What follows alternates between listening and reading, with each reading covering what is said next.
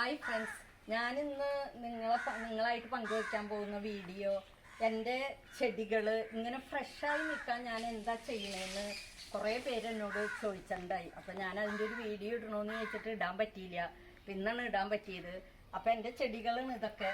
ഇതിങ്ങനെ ഇത്രയും പച്ചച്ച് ഇത്രയും ഫ്രഷായി നിൽക്കാൻ ഞാൻ എന്ത് ജൈവവളം കൊടുക്കണമെന്നുള്ള വീഡിയോ ആട്ടോ ഇന്ന് ഞാൻ എടുക്കുന്നത്. അപ്പം എല്ലാവർക്കും ജെസ്സിസ് ഗാർഡൻ വോയിസിലേക്ക് സ്വാഗതം.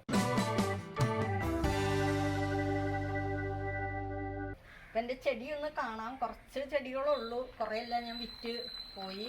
അപ്പോൾ ഈ ചെടികൾക്ക് ഞാൻ കൊടുക്കുന്ന വളത്തെ പറ്റിയാണ് കേട്ടോ ഇന്ന് ഞാൻ വീഡിയോ. അപ്പം എൻ്റെ മണി പ്ലാന്റുകൾ ഞാൻ തൂക്കിയിട്ടേക്കണ നോക്കിയാൽ എത്ര ഫ്രഷായിട്ടാണ് ഇത് വളർന്നേക്കണേ. നല്ല പച്ചച്ചിലകൾ, നല്ല ഹെൽത്തി ആയിട്ടുള്ള പ്ലാന്റുകളാണ്. അപ്പം ഇതിന് കൊടുക്കുന്ന ജൈവവളമാണ് ഞാൻ ഇന്നത്തെ എൻ്റെ വീഡിയോ. ഇതെൻ്റെ മോൺസ്ട്ര ചെടിയാണ്. ഇത് പ്രിൻസ് ഓഫ് ഓറഞ്ച് എന്ന് പറഞ്ഞ ചെടി. ഇത് കുറേ സ്നേക്ക് പ്ലാന്റുകൾ. ഇതിനെല്ലാം ഞാൻ ജൈവവളം കേട്ടോ കൊടുക്കണേ. പിന്നെ കുറേ ഡിഫൻബെക്കിയ ചെടി.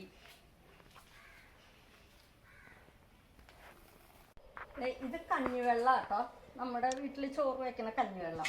ഇത് നമ്മൾ എടുത്ത് സൂക്ഷിച്ച് ഒരാഴ്ച സൂക്ഷിച്ച് വയ്ക്കുമ്പോൾ നമുക്കൊരു ബക്കറ്റ് കഞ്ഞിവെള്ളം കിട്ടും. ഒരാഴ്ച എത്തുമ്പോൾ കഞ്ഞിവെള്ളം നന്നായിട്ട് പുളിക്കുകയും ചെയ്യും. പിന്നെ ഇതെന്തെന്നാന്ന് വെച്ചാൽ നമ്മുടെ അരി കഴുകിയ കാടി എന്നാണ് പറയണത്. കണ്ട, അരി കഴുകിയ വെള്ളം കേട്ടോ. അതും നമ്മൾ ഒരു ബക്കറ്റിൽ ഒഴിച്ചു വെക്കുക, കഞ്ഞെള്ളം ഒഴിച്ചു വെക്കുക. ഈ കഞ്ഞെള്ളം ഇപ്പം ഇത്രയും ഫ്രഷായിരിക്കണത് ഇന്ന് വെച്ചതായതുകൊണ്ടാട്ടോ. അല്ലെങ്കിൽ അത് പുളിച്ചിട്ട് ചെറിയ മണം ഉണ്ടാവും, ഈച്ചയൊക്കെ വന്നിരിക്കും, അങ്ങനെ ഇരിക്കും. പിന്നെ ഞാൻ ചെയ്യണത്, ഇത് പഴത്തിൻ്റെ തൊലി. ഇതൊക്കെ ഇന്നത്തെ പഴത്തിൻ്റെ ഫ്രഷായിട്ടുള്ളതാണ്. അത് നമ്മൾ കുറച്ച് സൂക്ഷിച്ച് വെക്കാം. പിന്നെ ഇത് നമ്മുടെ എല്ലാ ദിവസത്തെയും നമ്മുടെ ചായയുടെ കൊറ്റനാട്ടോ. ഇത് എന്താ, ഇത് സൂക്ഷിച്ച് വെക്കാം. അപ്പോൾ ഒരാഴ്ചയാവുമ്പോൾ നമുക്ക് ഇത്രയും കിട്ടും. എന്നിട്ട് ഈ പഴത്തിൻ്റെ തൊലി നമ്മളൊരു മിക്സിയിൽ അരയ്ക്കണം. ഇതുപോലെ മിക്സിയിൽ അരയ്ക്കുമ്പോൾ ഇങ്ങനെ ഇരിക്കും. ഇത് ഇന്നത്തെ പഴത്തിൻ്റെ തൊലി അരച്ചതുകൊണ്ടാണ് ഇത്രയും ഫ്രഷായിട്ട് ഇരിക്കണേ. അല്ലെങ്കിൽ ഇത് കറുത്തിരിക്കും. നമ്മൾ ഈ പഴത്തിൻ്റെ തൊലി അരയ്ക്കാനായിട്ട് ഒരു ജാറ് ഞാൻ സൂക്ഷിച്ച് വെച്ചേക്കാം കേട്ടോ. കാരണം ഇത് നമ്മൾ വീട്ടിൽ ഉപയോഗിക്കുന്നതാണ്. അപ്പോൾ ആ ജാറ് വേറെ ഒന്നിനും ഉപയോഗിക്കില്ല. അങ്ങനെ അപ്പം നമ്മൾ ഈ കഞ്ഞിവെള്ളവും പിന്നെ കാടി,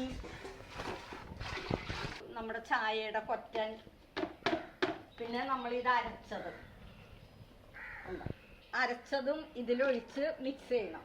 മിക്സ് ചെയ്ത് കഴിയുമ്പോൾ ഇത് കുറേ വലിയ ബക്കറ്റിലായിരിക്കും, കുറേ ഉണ്ടാവും. അപ്പോൾ അതിൽ കുറച്ചും കൂടി വെള്ളം ഒഴിച്ച് ഡൈല്യൂട്ട് ചെയ്തിട്ട് നമ്മൾ ഒരു പ്രാവശ്യം അര കപ്പ് ഒഴിച്ചാൽ മതി. ഒരു പ്രാവശ്യം ഒരു ചെടിയുടെ ഒരു സൈഡിലുള്ള ചെടികൾക്ക് ഒഴിക്കുക, അടുത്ത പ്രാവശ്യം അടുത്ത സൈഡിലേക്ക് ഒഴിക്കുക.